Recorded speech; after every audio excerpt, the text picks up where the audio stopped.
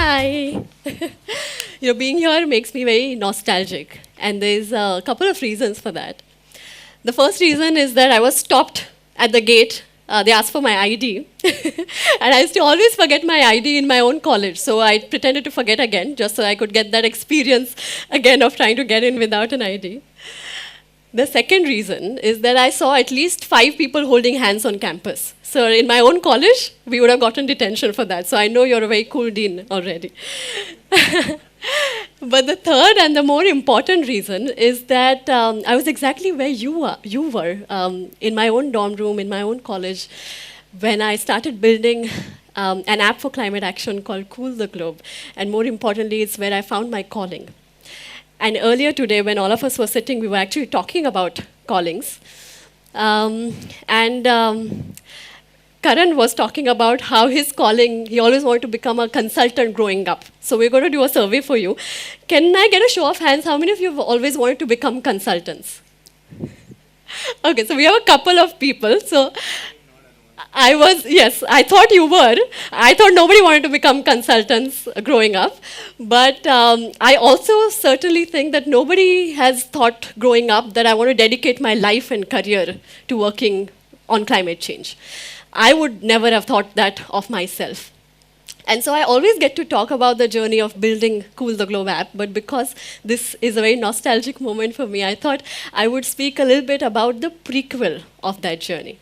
I've heard that one of the first lessons you get in an MBA school is that you always start with why. So today I'd like to start with why I do what I do in the first place.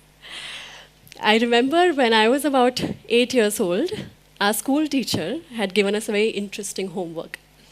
She had asked us to write a letter to our future self. 10 years from now, where would I want to be? And who would I want to be? I wrote that letter and then I completely forgot about it. Now, many years passed. I graduated 10th standard, 12th standard. I was at a very decisive point in life. I had to choose which career am I going to undertake. Everybody in my family is an engineer. I'd taken admission for an engineering college, but something within me didn't feel right. I kept getting this gut feeling that something else is meant for me.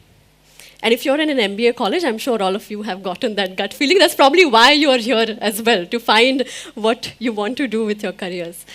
And it was at this very decisive point that my school teacher actually sent that very letter back to me, written 10 years ago by my younger self to the Prachi she aspired to be. And reading it was a huge wake-up call. Because in it, I'd written about changing the world and making an impact. And I'd not thought that way in a very long time.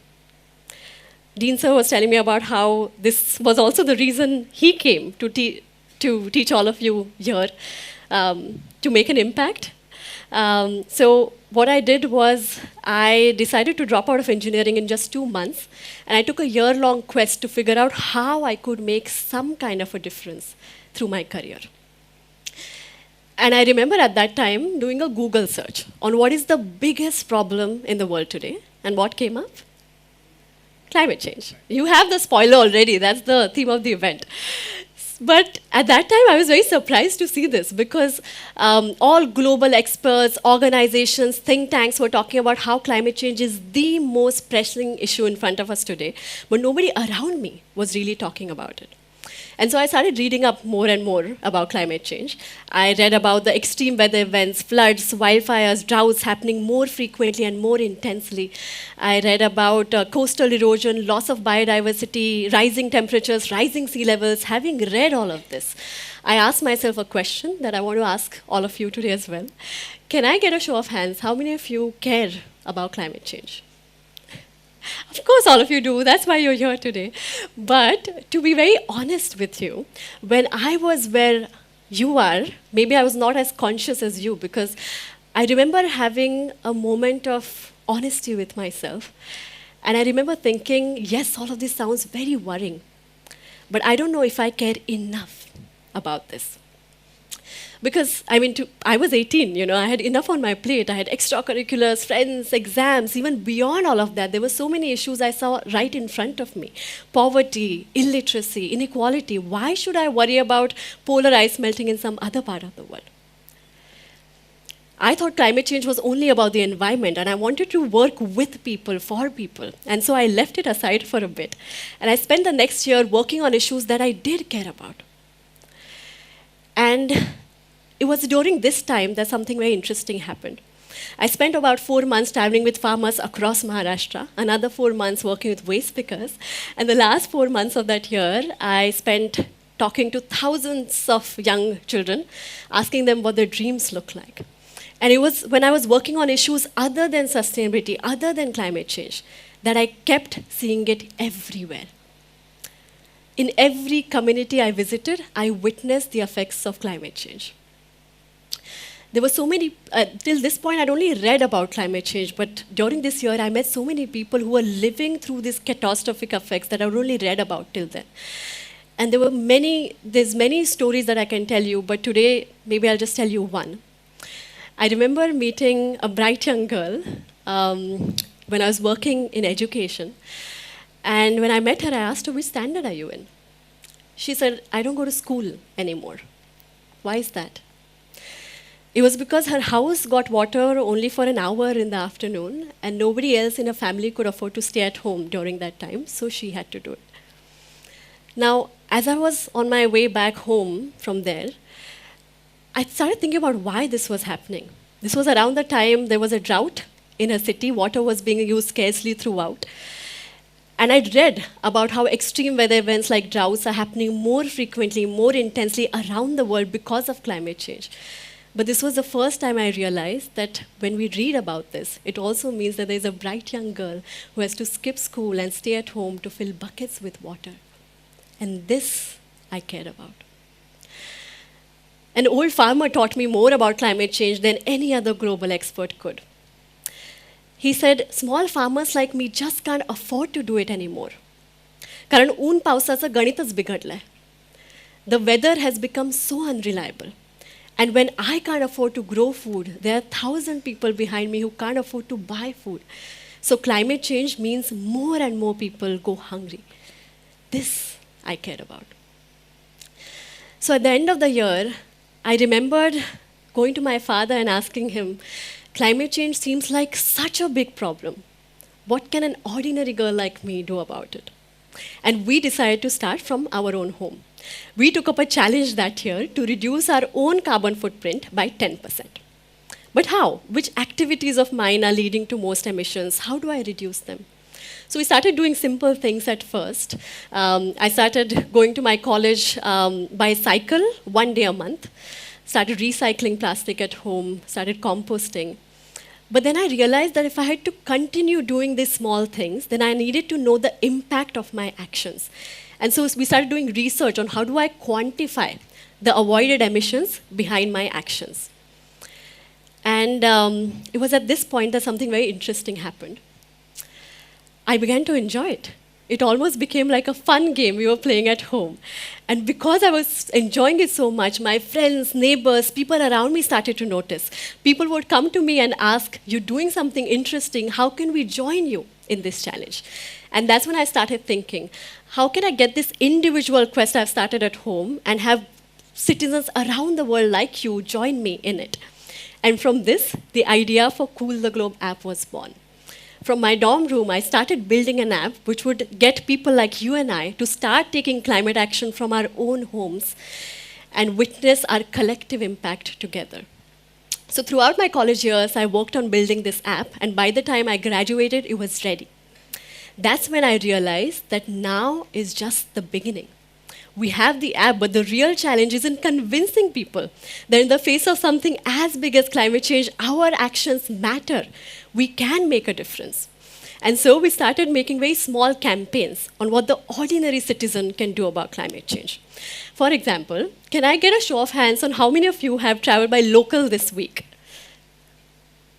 Okay, so that's good. That's a good 50%. So if you've traveled about 10 kilometers, you've saved 2 kilograms of carbon emissions. You can go on Cool the Globe app and upload it. How many of you have been using the phone that you have for over 3 years? Okay, good. So you've saved at least 24 kilograms of carbon emissions by doing that.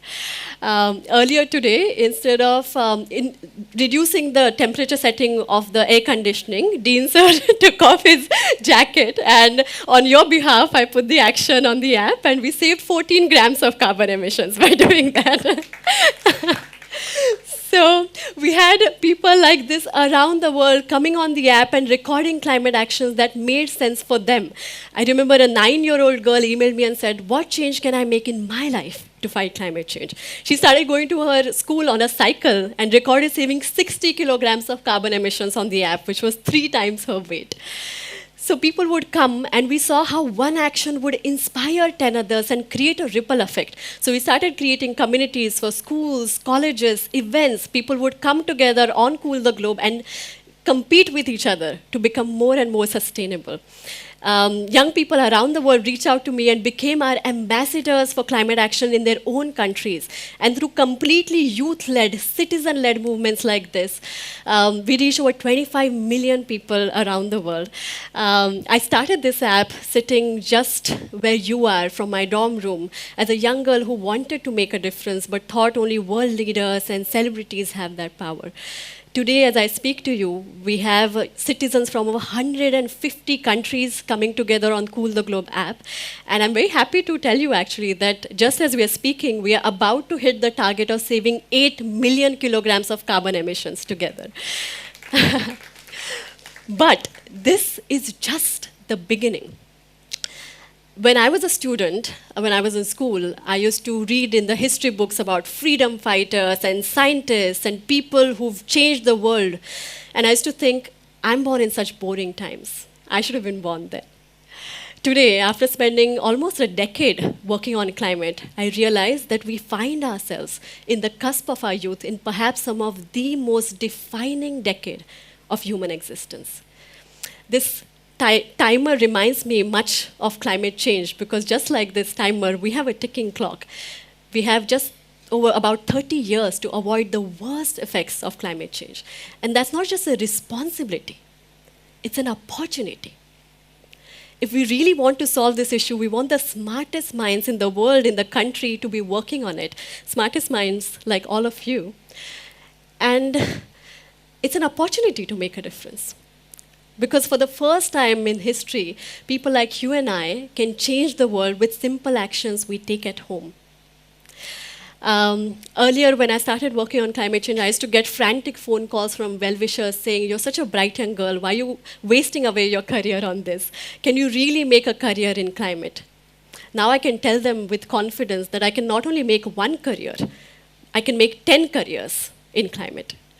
So over the next few decades, we have to reinvent the world.